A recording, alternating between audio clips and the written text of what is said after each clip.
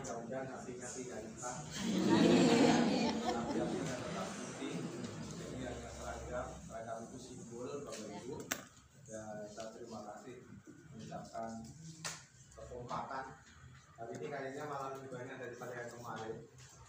Ya, kayaknya ya, menurut saya kayaknya ya. Hari Sabtu biasanya mewakili hari undangan, tapi mungkin ini karena bulan Suro, bulan Muharram. Dan Bapak Ibu juga tetap menjalankan tugas utamanya sebagai guru di sekolah ini. Baik Bapak Ibu, selama 2 hari kami mendapatkan gambaran dari apa-apa yang Bapak Ibu sudah lakukan. Bapak Ibu juga sudah ikut zona, dan tugas kami seperti kemarin sudah saya sampaikan bahwa tugas kita adalah mencocokkan, ya, memverifikasi dari Bapak Ibu yang unggah apakah ini benar-benar atau tidak. Mencocokkan di sini dalam arti saya wawancara dengan kepala sekolah, wawancara kepada Bapak Ibu guru, wawancara kepada orang tua siswa, wawancara kepada siswa, dan tadi ada orang tua yang datang mewakili Pak Komite, dan kita doakan karena Pak Komite kali ini sedang sakit, mudah-mudahan beliau diberikan kesembuhan sehingga bisa aktif kembali menjadi komite dan bisa menjalankan tugas sebagai aparatur sipil. Ada beberapa hal yang nanti akan saya sampaikan dari hasil-hasil pertemuan. Nanti juga akan ditambahkan lagi dari Bapak Asesor 2. Ya. Jadi Asesor 2 itu tidak mesti harus saya, enggak. Setiap sekolah ada juga. Karena hari ini di sini saya sebagai Asesor 1.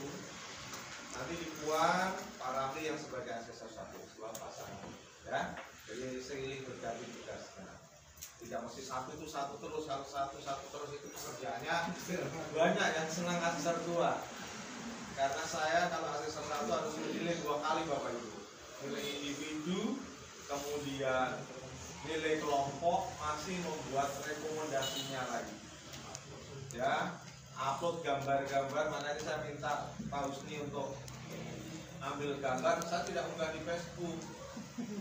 Ya, unggah di Facebook tidak apa-apa Bapak Ibu, karena sudah terlaksana toh? Sudah waktunya sesuai dengan surat perintah kami, yaitu di tanggal 28 dan 29. Mau upload silakan, enggak apa-apa.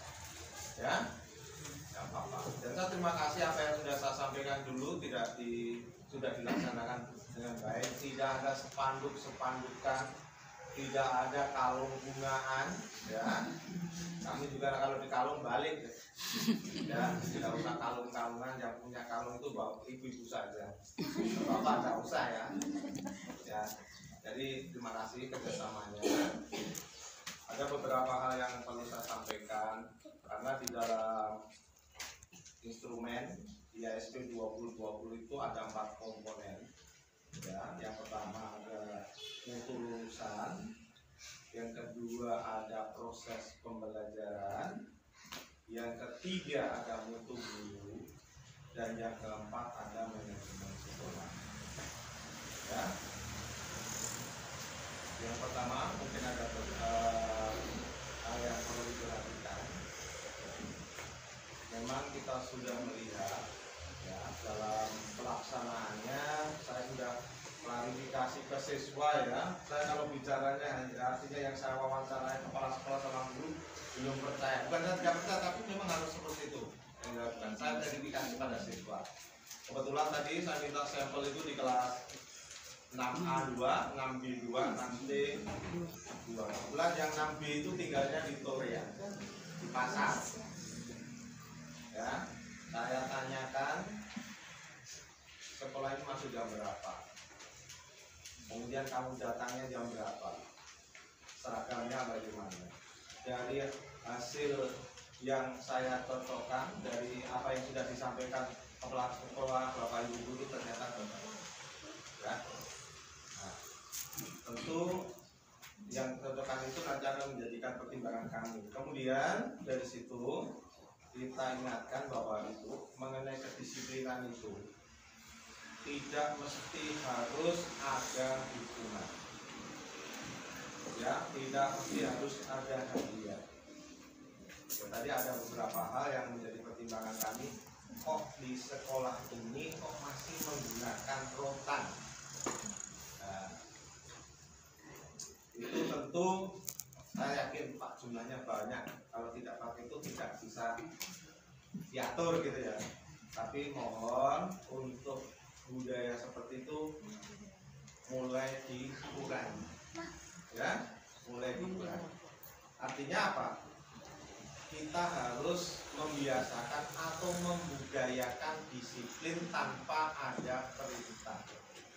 Ya, memang pasti Bapak Ibu jawabnya Pak tidak bisa kalau tidak diberitahu. Ya, kita usaha, ya. Kita mencoba seperti yang kemarin ilmunya sudah dikasih Pak Ramli ya. Ada beberapa caranya. Bagaimana caranya kita mengajak mereka secara halus dan mereka mau apa yang kita inginkan, tentang kedisiplinannya, berpakaiannya, patuh terhadap tata tertibnya. Nah, itu yang pertama Pak Ibu. Tadi juga saya tanyakan, HP boleh dibawa? Boleh Pak, tapi dikumpul Bapak Ibu. Mungkin yang perlu disiapkan di sekolah itu seperti kemarin yang dilakukan di Manowari itu, HP dikumpul ke dalam sebuah box. Jadi boxnya masing-masing kelas. Nanti dikumpul boleh di ruang guru, boleh di ruang kepala sekolah, pulang baru dikerjakan. Itu untuk menghindari HP tidak disalah. Nanti kalau Bapak Ibu menginginkan mau dipakai untuk pembelajaran, tinggal jadi ketua kelas itu pagi di sana ya kayak ngasih itu. Jadi semua HP itu kan HP-nya mereka hafal, ini warna ini milik saya. Kan? Kalau umpama ada yang merek sama ya tolong suruh memberi, supaya tertutup. Ini tadi saya bertanya kenapa Ibu berikan Pak untuk mobil mama bapak kalau jemput di sekolah. Betul itu? Nah, alangkah baiknya dikoordinir yang baik, ya, harus dijadikan satu supaya ketika ngajar juga tidak ada bunyi-bunyi kan. Nah, begitu pula ke Bapak Ibu kalau sudah membuat sebuah aturan, jangan Bapak Ibu langgar sendiri, itu masih di depan rekan ya, berikan contohnya. Kemudian yang kedua mengenai proses pembelajaran Bapak Ibu. Ingat dalam pembelajaran paradigma baru adalah salah satu prinsipnya berpusat pada siswa, ya, bukan berpusat pada guru. Artinya, ya, siswanya harus aktif. Nah, tugas Bapak Ibu adalah bagaimana caranya mengaktifkan siswa supaya siswa yang setiap harinya diam, tidak pernah bertanya, mau bertanya. Setiap kali disuruh menjawab atau maju ke depan, siapa yang berani maju ke depan tidak pernah maju ke depan. Nah, bagaimana caranya? Apakah Bapak Ibu guru tunjuk atau tidak?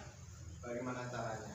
Ya, itu untuk. Jadi prinsipnya adalah salah satunya itu. Yang kedua Bapak Ibu, tentu Bapak Ibu tahu bahwa siswa itu tidak mempunyai atau kemampuannya itu tidak sama. Ya, perlu jangan berpikir siswa saya harus seperti ini. Ingat Bapak Ibu, kemampuan kita siswa itu tidak sama. Maka pembelajaran diferensiasi harus Bapak Ibu lakukan. Ya kontennya, ya penilaiannya, ya termasuk AKTP-nya itu perlu ditegakkan.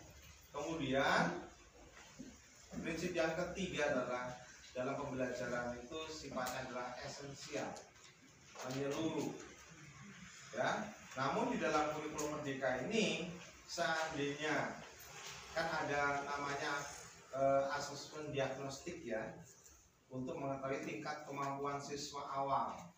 Ya mulai awal semester atau awal materi, silakan. Seandainya anak ini sudah mengetahui, tentu materi itu tidak usah berlama-lama, bisa kita lanjutkan. Namun kalau seandainya materi ini tidak dikatakan sama Bapak Ibu artinya tidak tuntas, tentu harus diulang.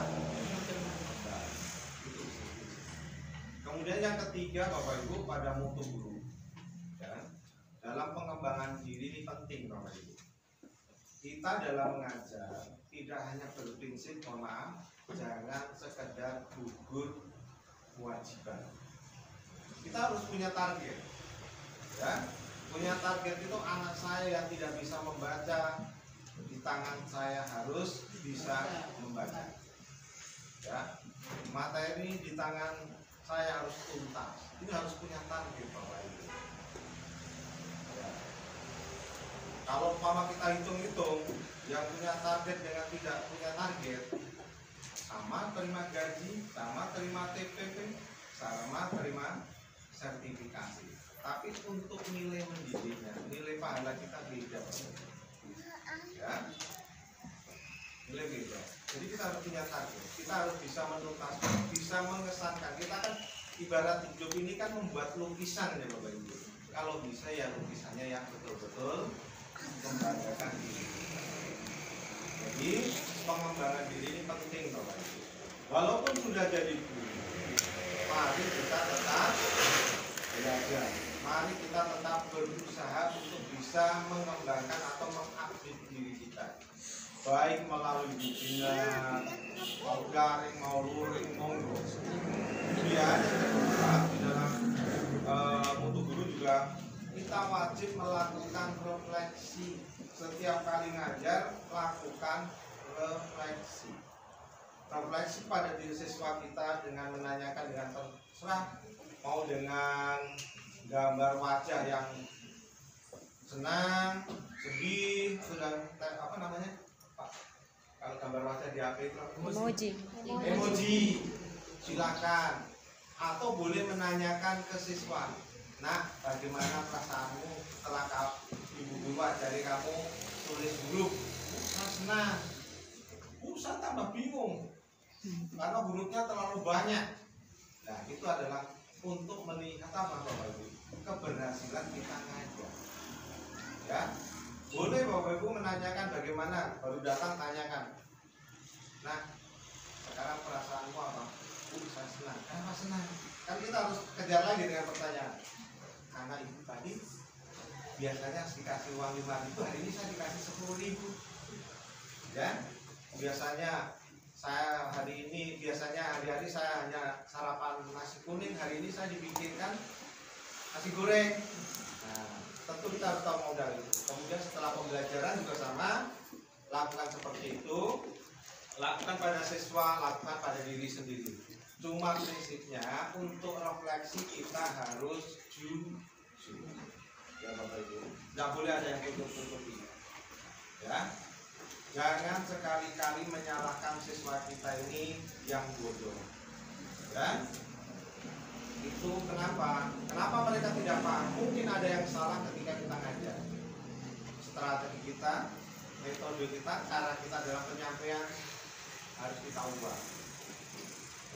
Makanya kita penting refleksi untuk menjadari apa yang kita lakukan. Refleksi hampir sama dengan kita bercermin yang mau berpergian atau mau ke undangan, itu saja begitu saja. Kemudian yang ketiga, manajemen sekolah Bapak Ibu, ya, bahwa sebagai seorang guru, bukan manajemen itu hanya di kepala sekolah atau di tata usaha. Bapak Ibu juga harus mempunyai pembuku.